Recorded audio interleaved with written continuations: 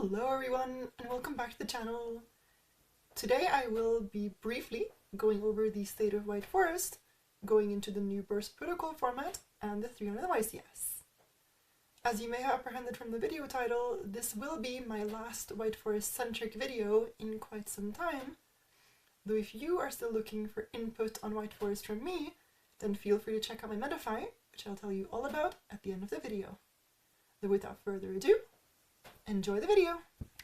In my opinion, understanding where a deck is coming from and how it was built and applied before is crucial to understanding how to build and apply it to the new metagame. So that, along with a bunch of you asking me for updated White Forest lists, in short just meant the most practical way to start off this video was by showing off the build I played for both the North American and Latin American remote duel YCS.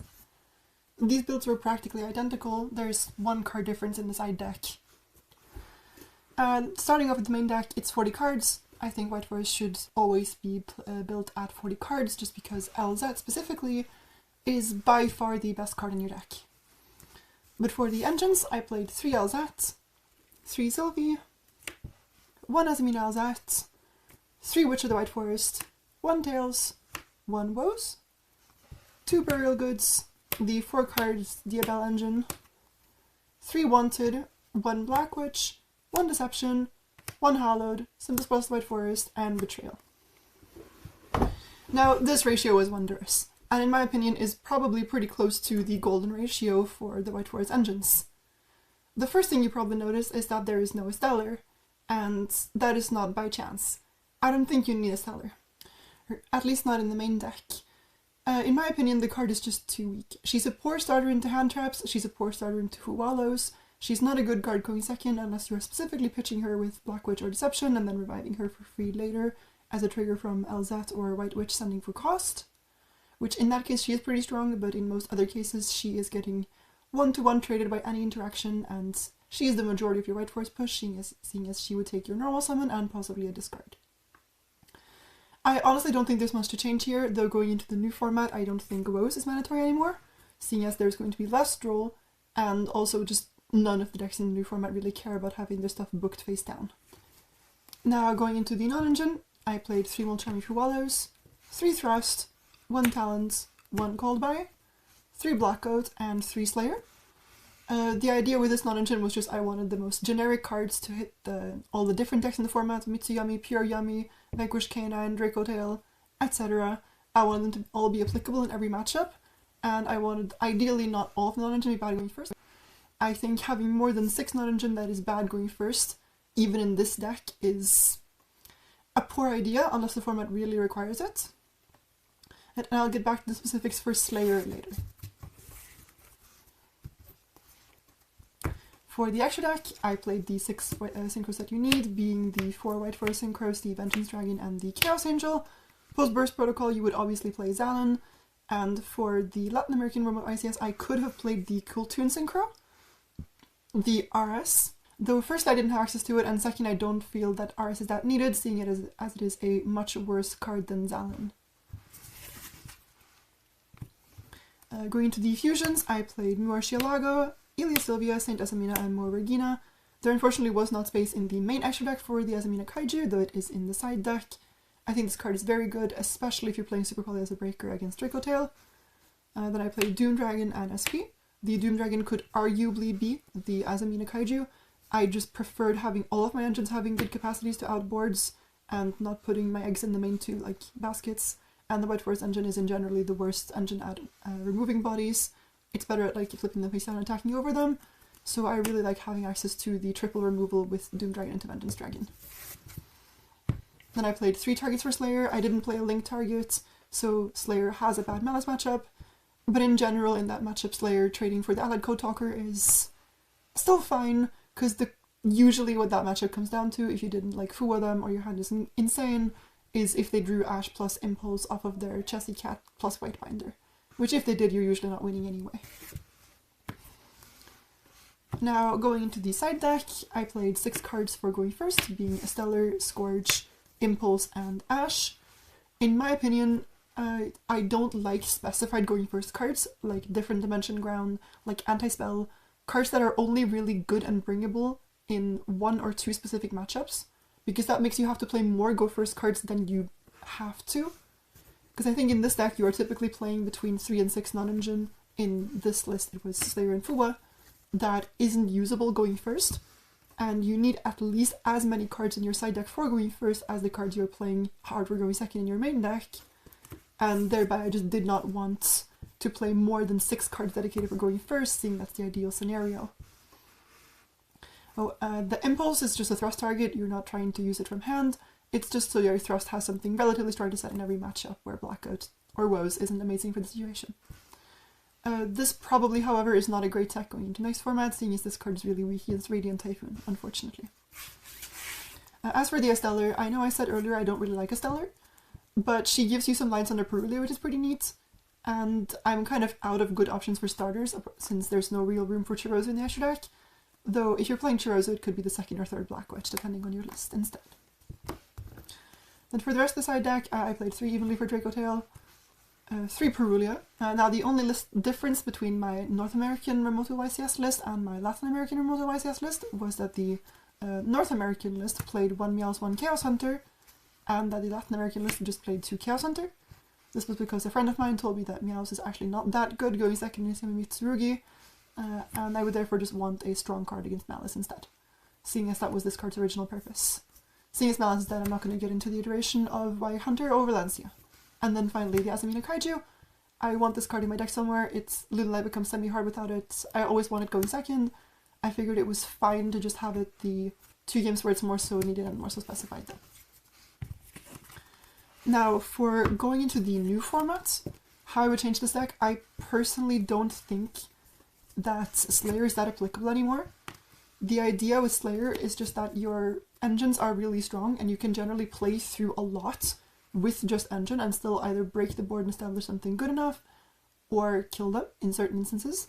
So I just wanted a card that was strong against every end board. Against K9 decks, against Yummy decks, against Draco Tail decks, it didn't really matter.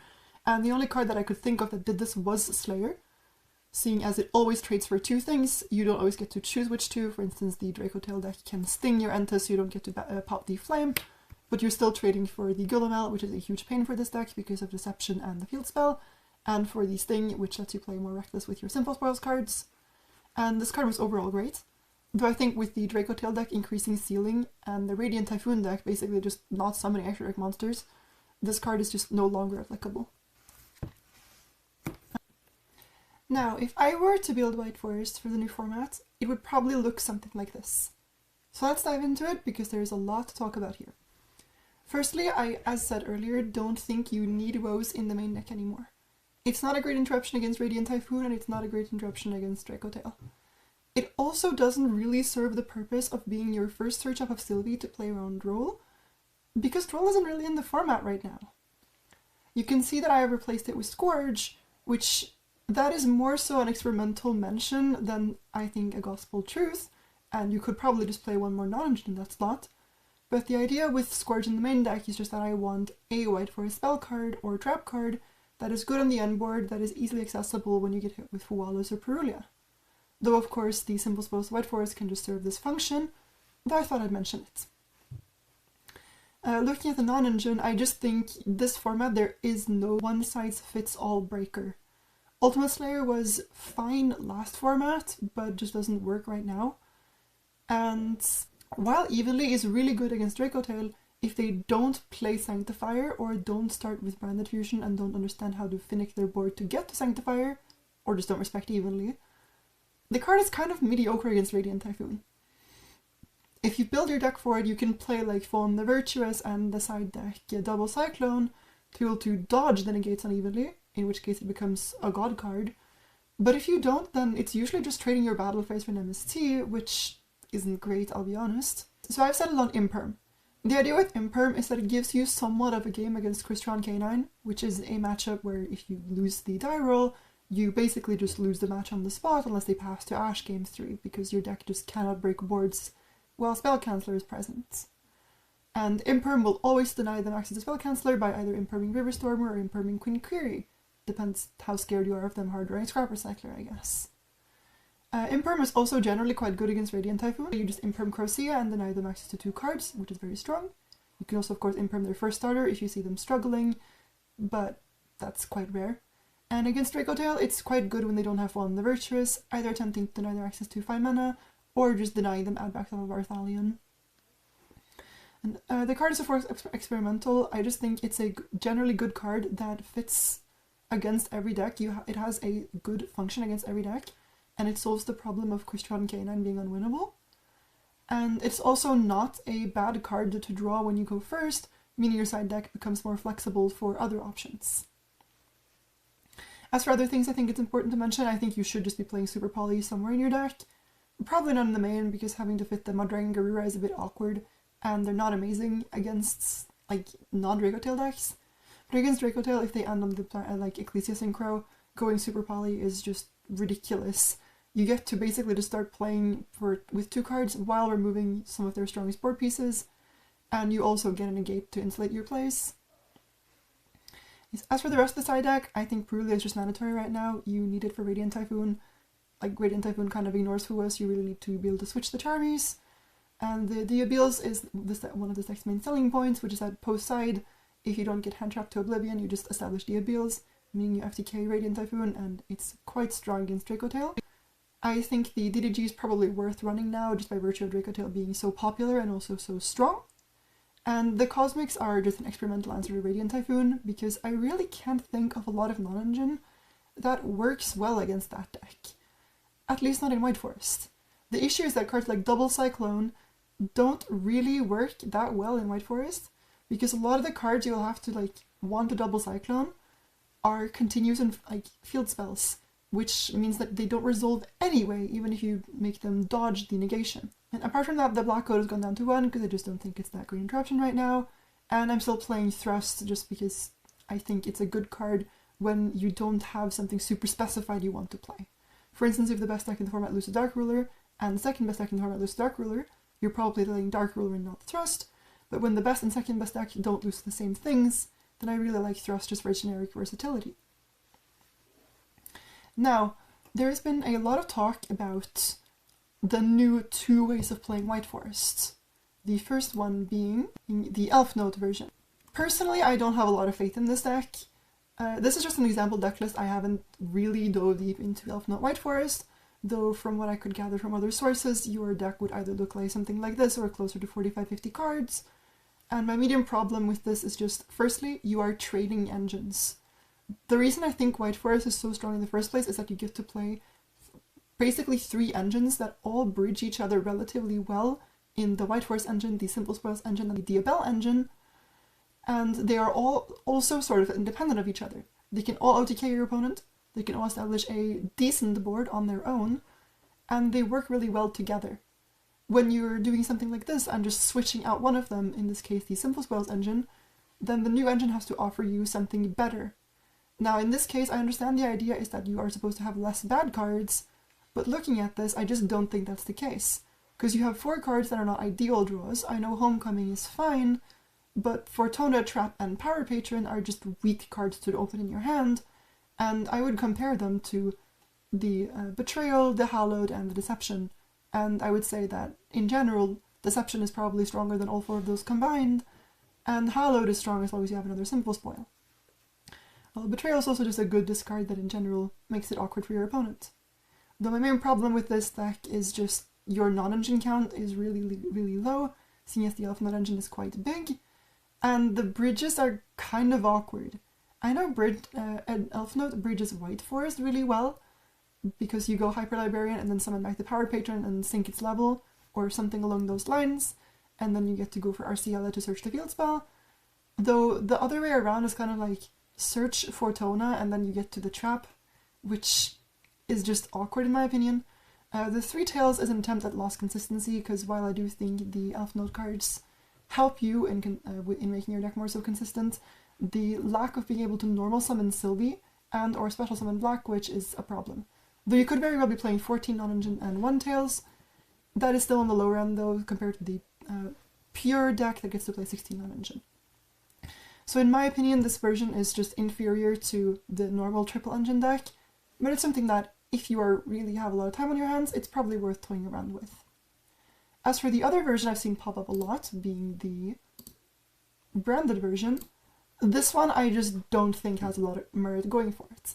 Simply by virtue of the fact that you are taking the already functioning concept, and I would say well-functioning concept, of Sinful Spoils Diabel White Forest, and you're just adding another engine onto it. And that engine isn't even that amazing. Like, I understand the Ecclesia Synchro is just free. You just make it out your combo, it gets you Fallen, Fallen gets you Ecclesia, and then you just make Queen afterwards with those two and lose your add back, which is usually just a discard, and that's kind of not an issue at all. And these cards give you easier access to Diabeels. The thing is, you're already accessing Diabeels by dumping it with Regina, with the White Witch and reviving it with Regina, so it's not like that's something you lack. And I just don't think White Dragon has a lot of synergy with White Forest otherwise, seeing as, firstly, it doesn't actually bridge any of your other engines. And second, you can't lead with it into a board to bait plays away from the engines you care about, because it locks you out of the extra deck cards that you want to make. So, while I technically understand the synergies here, I just don't think it's great, and also I think it forces you to main deck the Diabeels, and again, play a lot less non-engine. Now that I've established which version of White Forest I think is the best one going to the new format, I think it's important to look at how it matches up into each of the individual decks. This is a tier list I made in the video that came out on Saturday. If you haven't watched that video and you want to know why I rank the decks in a certain order, then feel free to go do so and come back here afterwards. I will note that I forgot to include Onomat Ryziel in the tier list, and I was reminded of this, and I would probably rank that deck somewhere between Lunalight and Memento, to be honest. Though getting on with the main agenda, I think the main reason to play White Forest right now is that the deck has a relatively favourable matchup against all the three decks I put in tier 1, being the two Dracotail versions and Radiant Typhoon. Seeing as when you go first, you usually just summon Diabeels and set up two Omni-Negates next to it, at least, with a good hand, and like that's probably through a hand trap or two, and neither of those decks break that. And when they go first, you do have a breaker pairs and strong engine hands that can play through those boards, which is why I originally ranked White Forest Sesamina in the, I would say, potential tier. That's what I would classify tier 1.5 as. Now, looking at the rest of the decks here, Pure Mitsurugi has always been a really easy matchup. The deck just doesn't make enough of a board to stop you consistently without like 2 or 3 hand traps, and Murakumo just doesn't touch you at all because of White Witch. K9 Christian is really hard if you lose the die roll, and really easy if you win the die roll.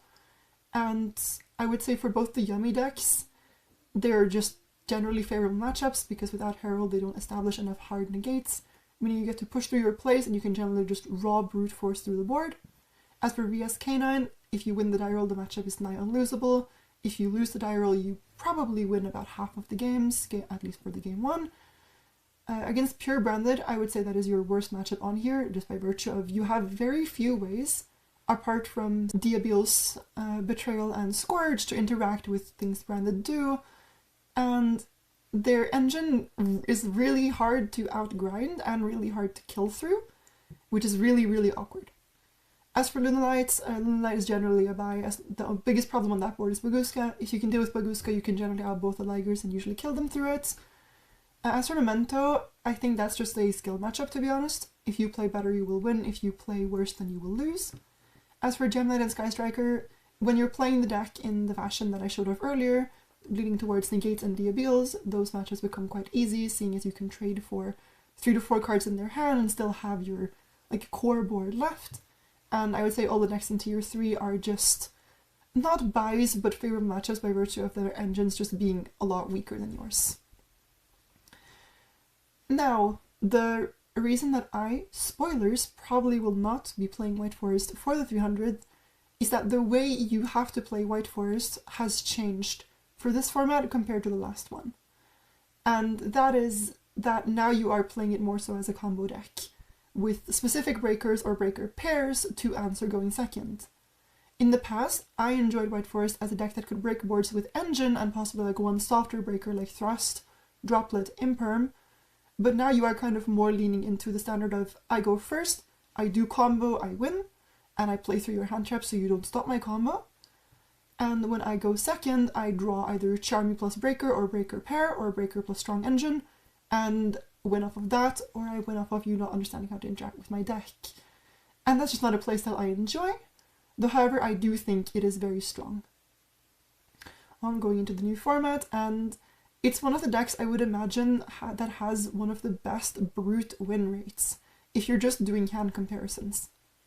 And seeing as most of the games you go first, you should win, and a lot of the games where you go second are also still winnable, if not favored because of drawing a specific breaker pair. So that's where I leave you with White Forest, going into the new format. Just before I wave you off, I want to tell you that I have decided to open a metafy. There seemed to be some interest in the community, so I decided to make one. You can find me at metafy.gg/@blueigo. That is metafy.gg/@blueigo. If you're looking for more tips and tricks and general coaching on how to play White Forest or how to play the game in general, or if you're looking for a, for now, very basic, but still a good introductionary tool, combo guide to White Forest.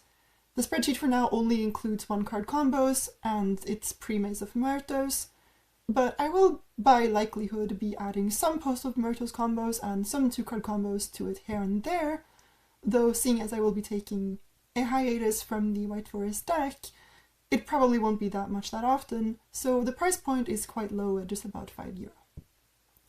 So that's all I have for you today, but don't click off the video just yet, seeing as in the ending I will leave you with an example combo from the spreadsheets of how to play 1 LZ. Enjoy!